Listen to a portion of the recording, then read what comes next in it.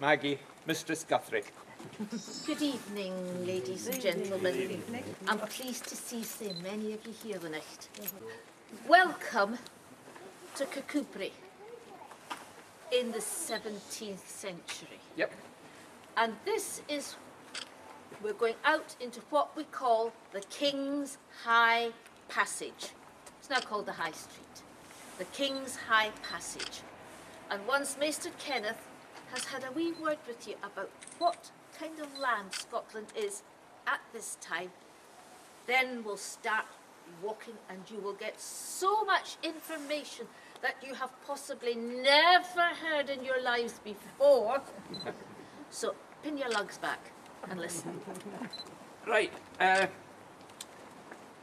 We are now in the year 1651, but to understand the state of Scotland then, I'm afraid we've got to go way back to 1603, when our King of Scotland, James VI, went south to London to become King James I as well. We won! When he left his own people, he said he would return to Scotland every 3 years. Aye. Well, he lived for another 22 years and came back only once. Wasn't good at maths. 1617. So, by the time he died in 1625, the Scots had ceased looking to the monarchy for their sense of identity, and they were looking to the kirk. Now, I'm afraid I've got to go into church government for you. I'll try and keep it brief. Episcopal, Anglican, English Church, archbishops, bishops, clergy, laity. Think of it as a big triangle. We had bishops in Scotland, but we got rid of them with more sense than that. Didn't like them. And in the Scottish Presbyterian Church, members. Now, some of those members are appointed elders, but they're still ordinary members. In each congregation, there is an elder called the preaching elder, in other words, the minister. But he, and it was always a he in those days, is still an ordinary member. Once a year, there is a big meeting in the capital called the General Assembly, and a moderator is appointed as chairman of that.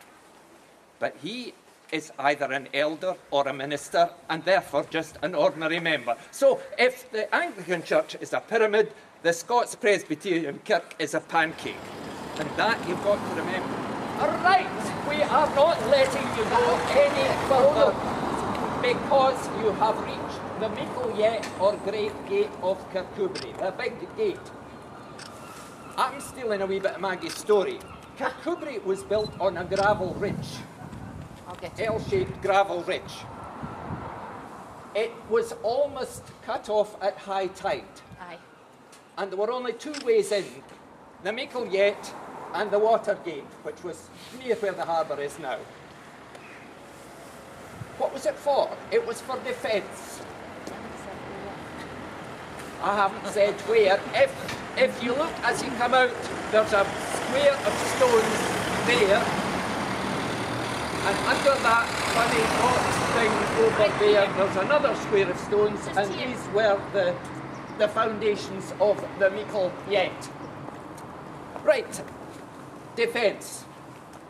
Guards on in the evening, half a dozen men with pikes or halberds or swords or staves, probably not guns, but they would defend the town, and if an alarm was sounded, the males of the town would be supposed to come and help.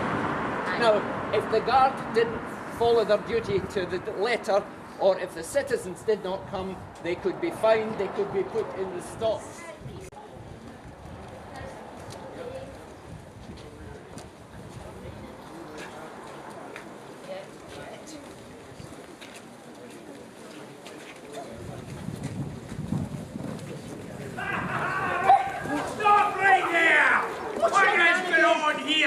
Did he not hear the curfew bell? Against the gates are shut, he can't come in. Undercover! Aye! He's my crowd, I see them. I'm shutting up there. The gate was shut, did you not see that? The gate was shut. The assholes show them first. These are mine. No money These here. are mine. Hey, A shilling off every one of them. not a penny. I'm beginning to like you. I'm not I'm not liking you at all. Come cocaine, you're right.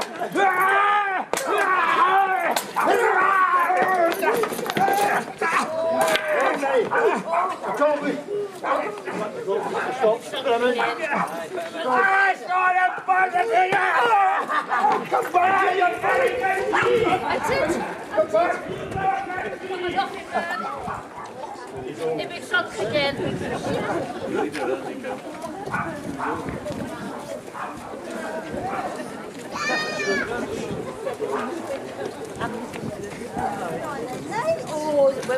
These are the folk that were telling about what happened here. Come closer so you can hear. This is my friend Mistress Cathy McBurney. And what are they here for? They want to get information about Kirkcudbright. Oh, so they want to know what I do then? Aye. Aye, well, I'm a midwife. Aye. Do you know what midwife is? I suppose you will. Anyway, I have to be able to read and write. I have a special license because I have duties to perform as a midwife, and I have to be able to fill out all the registration forms and give them to the minister so that he can baptise the weans on a Sunday. Aye. Very important. So I have to be able to read and write, don't I? What? What is it? Oh, Annie Kennedy. oh, there's an awful lot of men tonight. Oh, lot of men. Oh, ladies, watch out. Hang on to your husbands. It's Annie. She's rather friendly. Don't say you've not been warned. It has been. Helen, Not really my wife sitting there watching it. I'll carry on and Ignore her. So, that's one of my special duties that I have to perform, is to be able to register these babies. I also have to pledge that I'll help the poor families and not just the rich ones, because that's fair. Well, that's fair, yes. And I also have to make sure that all these young ladies that are having their babies are not telling fibs about who their daddy is, just to get a little bit of extra money out of the better off families. Not allowed to do that. And I'm not allowed to use any cutting instruments whatsoever in the birth. There are no cesareans in our day.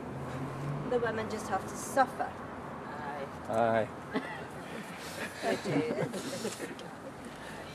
And finally, and you wee ones might be interested in this, we're not allowed to use any special charms or special powers. I've got charm. Standing behind me represent the Hale 6 Incorporated Trades of Kirkcudbright. Aye. Slightly short-term for the evening. 3 of the deacons are away on important business. The trades they represent are the tailors, the weavers, the clothiers, the squaremen, the shoemakers, and last but not least, mine! No, that's an entirely different trade altogether. The hammermen and glovers. We were founded in 1425 and received our seal of cause from King Charles II in 1633. So we've been around for a wee while. And judging by the age of some of the gentlemen there, we've been in it right from the very beginning. It's the minister. Oh, it's the minister. Well, Good evening, Mr. Kirkcudbright. It's a fine night. It's a beautiful night, sir. Look, the sun's shining. The sun is shining, Yes. but the company you're keeping is not good company. Oh, she's my It friend. distresses me to find you in the company of the witch McBurney. She's no a witch, sir. So you're right. She is an evil and perverse woman, and the influence she has on this town is an evil and a perverse influence. was it a birth and something? She calls herself a midwife. Aye. I do not. No. Put that away. I've seen that. That's as genuine as a 10 shilling. Did you hear that? She calls herself a midwife, but none of the brats she brings into the world are ever brought to me for baptism. Oh, no, sir. And none of them know who their fathers are either, because their mothers are harlots, the same as she is. You've seen her. Oh, no. You've seen her wandering round this town with that black cat wreathing round her ankles. And when it's no there, it's somewhere in this town looking for her next victim. And you've seen her out in the woods, gathering her herbs and her potions and muttering her incantations. She claims she makes people better. But what's the cost to their souls? If there was any justice in this town, you would be tied to a stake with a fire at your feet. Oh, no. Yes, that's what's heading in your direction unless you change your ways.